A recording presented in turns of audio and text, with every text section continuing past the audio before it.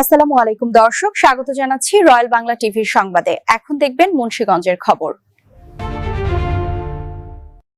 মাদক নির্মূল করা না গেলে এই দেশকে সুন্দরভাবে সাজানো সম্ভব নয়।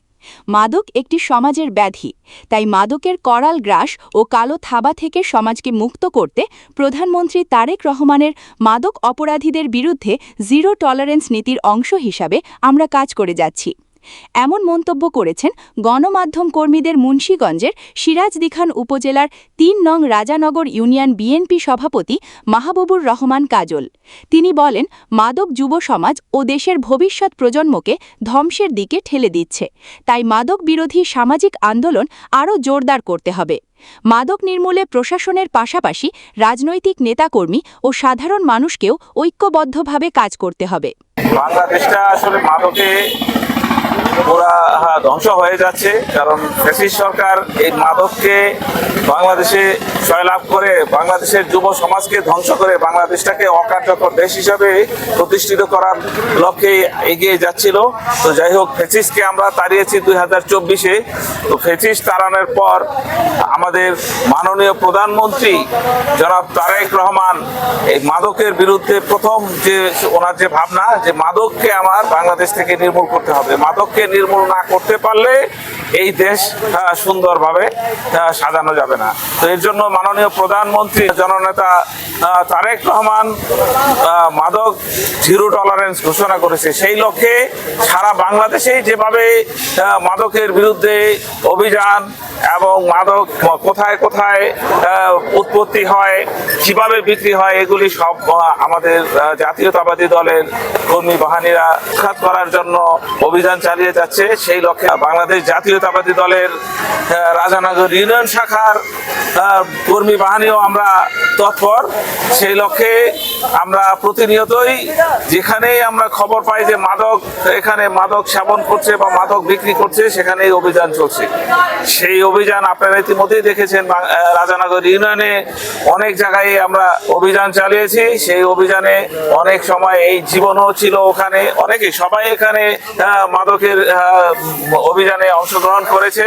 তো আমরা এই মাদক নিয়ে কাউকে কোনো ছাড় নাই, সে হোক আমার ছেলে, সে হোক আমার ভাই, সে যে কেউ হোক, কোনো ছাড় নাই, কারণ এটা আমাদেরকে নির্মূল করতেই হবে।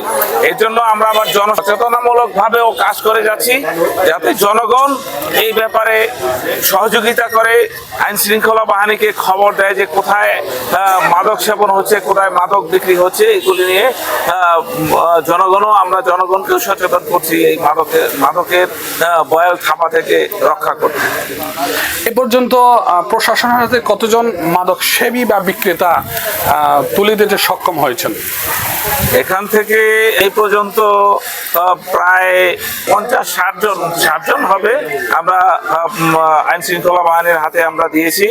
এবং প্রথমত অনেক সময় দেখা গেছে যে কিছু কিছু জায়গায় যদি একটু বাহাদুরি করতে চায়, তার ওগুলি আবার কিছু কিছু উত্তম মাধ্যম জনগণের কাছে খেয়েছে।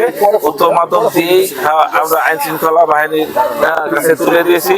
তবে সবচেয়ে আমাদের আতঙ্কের বিষয় হলো যে আসলে এই মাদক নিয়ে ধরা খেলেও দেখা যায় অল্প কিছুদিনের মধ্যেই তারা জামিন নিয়ে চলে আসে। তো আমরা সরকারের কাছে আমাদের আকুল আবেদন থাকবে যাতে এই মাদকের বর্তমান যে আইন আছে সেটাকে সংস্কার করে একটু আরো কঠিন, যাতে অ্যাটলিস্ট 5-6 মাস এরা ধরা পড়ার পরে জেলে থাকে, তাহলে কিছুটা সংশোধন হয়ে এরা বের হবে। আর না হয়তো দেখা যায় যে আইন শৃঙ্খলা বাহিনীও ধরে দিলে পরে দেখা যায় 8-10 দিন পরে এরা জামিন নিয়ে চলে আসে। ইনশাল্লাহ আমাদের এই অভিযান অব্যাহত থাকবে যতদিন এই এলাকা থেকে মাদক নির্মূল না হবে। আমাদের অভিযান চলবে, চলতেই থাকবে। যতদিন আমরা ভাববো যে আমাদের এই এলাকার প্রতিটা নাগরিক শান্তিতে বসবাস করতেছে, রাত্রেবেলা দরজা খোলা রেখে ঘুমাতে পারবে, কোনো ধরনের সন্ত্রাস, চুরি, মাদকের কোনো গন্ধ নাই, তখন আমাদের এই অভিযান বন্ধ হবে। তো ইনশাল্লাহ আমরা ধন্যবাদ জানাই আমাদের প্রধানমন্ত্রী জনাব তারেক রহমানকে, যে উনি প্রথমেই উপলব্ধি করতে পারছেন যে এই মাদককে আমাদের এই দেশ থেকে নির্মূল করতে হবে। তো সেই লক্ষ্যে আমরা ইনশাল্লাহ রাজানগর ইউনিয়ন থেকে সেভাবেই কাজ করে যাচ্ছি। আমাদের আব্দুল্লাহ ভাইয়ের নির্দেশ ক্রমে আমরা এই এলাকায় যাতে কোনো ধরনের সন্ত্রাস, চাঁদাবাজ এবং মাদক না থাকতে পারে সেই লক্ষ্যে আমরা ইনশাল্লাহ কাজ করে যাচ্ছি এবং ভবিষ্যতেও কাজ করে যাব ইনশাল্লাহ।